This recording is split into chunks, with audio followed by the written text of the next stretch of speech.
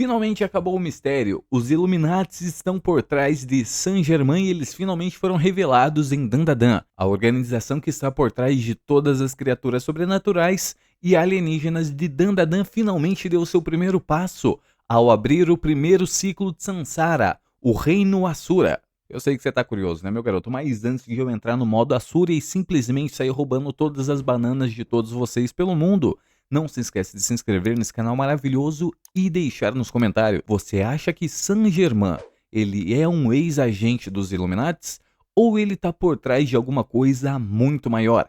Com certeza eu já sei a resposta, mas vou dar pra você só no final desse vídeo que tá maravilhoso. Então não perde nenhum segundinho dele e bora pro conteúdo. É claro que antes de começar eu vou ter que repassar brevemente o que aconteceu no capítulo 179 do mangá de Dandadan. Esse capítulo finalmente revelou pra gente o nome daquelas espadas utilizadas para roubar todos os poderes yokais. O nome dessa espada é Asura, e no mesmo capítulo, Seiko Ayase explica pra gente que os Asuras são seres extremamente poderosos, guerreiros que vivem com um único sentido: matar todo mundo que está em seu caminho, que impedem eles de conseguir os seus objetivos, mesmo eles sendo impossíveis. E uma coisa que é importante falar pra vocês, Yuki Nobutatsu está insuperável em relação à escrita, porque em capítulos anteriores ele colocou o personagem que a gente chama de Torinho Gozu, ou mais conhecido como Meu Vizinho, uma criatura com o desejo extremo, que se mostra completamente atormentada, e assim que Seiko Ayase finalmente exorciza ele,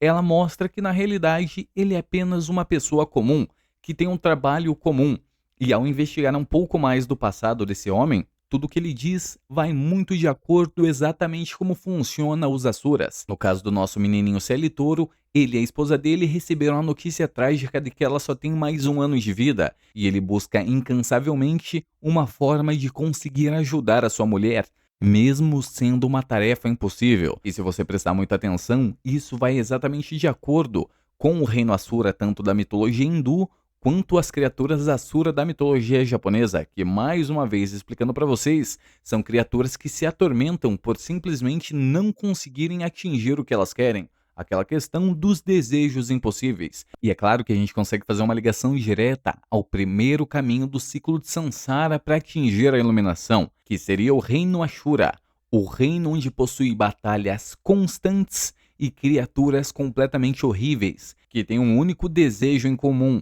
alcançar o inalcançável, e diferente dos humanos que têm o discernimento para saber quando uma coisa é impossível e simplesmente abandonar essa coisa, alguns humanos no caso, simplesmente eles seguem nesse ciclo infinito. E por isso que o ciclo de Sansara explica que somente os humanos são capazes de atingir a iluminação. Eu sei que você está duvidando do que eu tô falando, né, meu garotinho? Mas lembra da história de Siddhartha Gautama, um príncipe antigo que simplesmente abandonou tudo, todas as riquezas que possuía, apenas porque queria sentir a liberdade verdadeira. E ao finalmente conseguir fazer isso, ele atingiu o estado de iluminação. No caso, passou por todos os caminhos do ciclo de Sansara e se tornou nada mais, nada menos que Buda. Exatamente isso. E não a daquela vizinha que você olha constantemente, é Buda mesmo. Bom, e eu sei que a gente desviou um pouquinho do assunto, mas só para explicar para vocês a ligação do reino Asura diretamente com os caminhos do ciclo de Sansara. Mas não se preocupe que a gente ainda vai ter ligações diretas com essa espada ligada ao deus Susanoo. Tá duvidando também?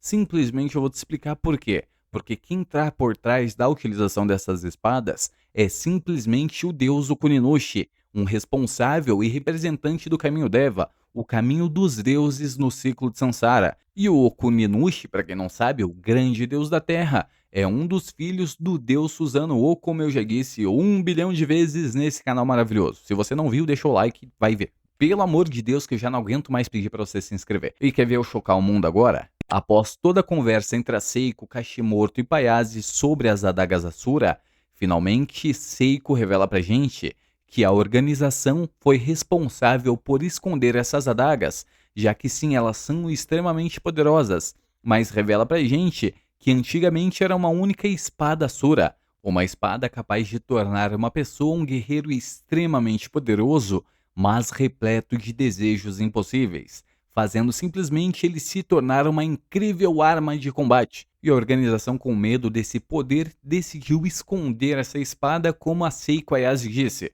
Mas ela continua dizendo que do nada Há 5 anos atrás, essa espada simplesmente desapareceu. E quem será que saberia onde exatamente essa espada estaria? Provavelmente um membro dessa organização. E quem seria o membro dessa organização? Simplesmente um dos servos do deus Okuninushi, ou até mesmo do deus Susanoo do Caminho Deva, lembra que eu expliquei para vocês? Que seria ele, Saint-Germain, o Asura mais perfeito de todos, porque simplesmente ele deseja absolutamente tudo. Ele é exatamente o próprio caminho Asura em pessoa, alguém que persegue seus objetivos, lutando contra quaisquer criaturas que apareçam à sua frente e simplesmente perseguindo coisas impossíveis. Mas ele não encaixa tão bem, tão perfeito assim, até porque os Asuras são criaturas extremamente irracionais. E o Saint-Germain, bom, ele em essência explica exatamente o que é o Reino Asura. Talvez ele seja o que abriu o caminho para o desejo no mundo em relação ao Dandadan. E finalmente o Kashimoto interrompe a nossa garotinha Seiko Ayase no capítulo e diz que vai perguntar para a organização o que aconteceu e investigar se eles sabem de alguma coisa. E ao olhar no moletom dele, lembra toda aquela história no começo do vídeo que eu falei para vocês de simplesmente um caminho Asura ser um dos caminhos do ciclo Sansara para atingir o quê?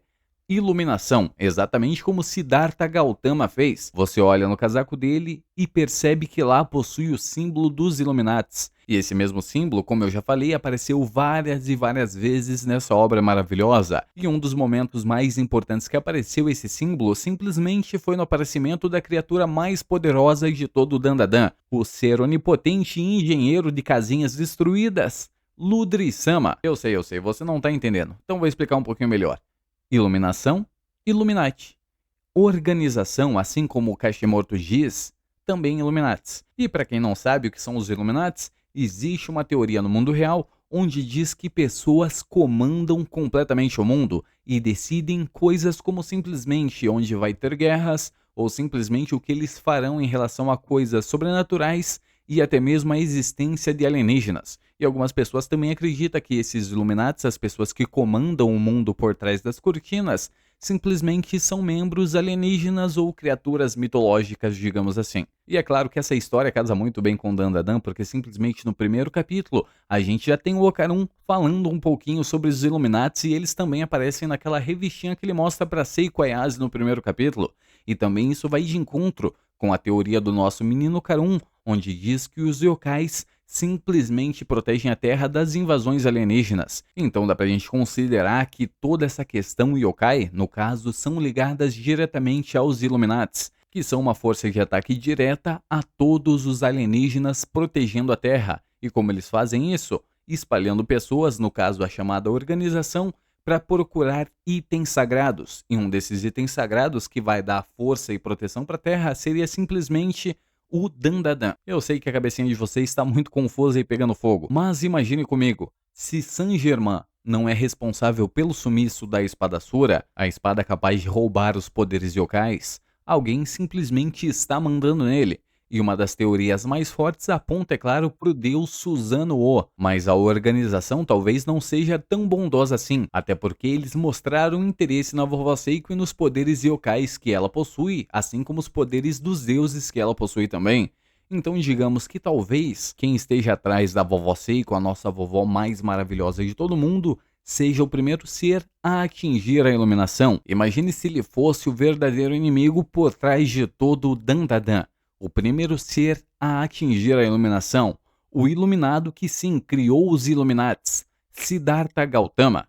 Se essa parte da teoria não estiver certa, simplesmente a gente tem uma das melhores fanfics que já foi criada em todo o Dandadan. Então me diga nos comentários, quem você acha que há 5 anos atrás sumiu com a espada Asura? Tá meio óbvio demais que seja o Saint-Germain. Eu acho que na realidade ele foi sim uma das pessoas que pegou essa espada Asura, mas a mando de uma pessoa extremamente poderosa que está atrás dele, até porque deuses não são tão bonzinhos assim como a gente imagina. E uma teoria bônus para dar para vocês, a pessoa com quem Saint-Germain vai se encontrar no capítulo 180 do mangá de Dandadan, simplesmente vai ser a enfermeira Joe. Tá duvidando? Então não perca o nosso resumo completo do capítulo 180 do mangá de Dandadan, que sai sempre às segundas-feiras, ao meio-dia. Também, é claro, não perca as nossas lives, que são às 10 horas da noite, segunda e sexta-feira. E lá a gente aproveita para montar as teorias sobre Dandadan e falar sobre os outros animes da temporada. Então não se esquece de se inscrever para não perder nenhum conteúdo desse canal maravilhoso.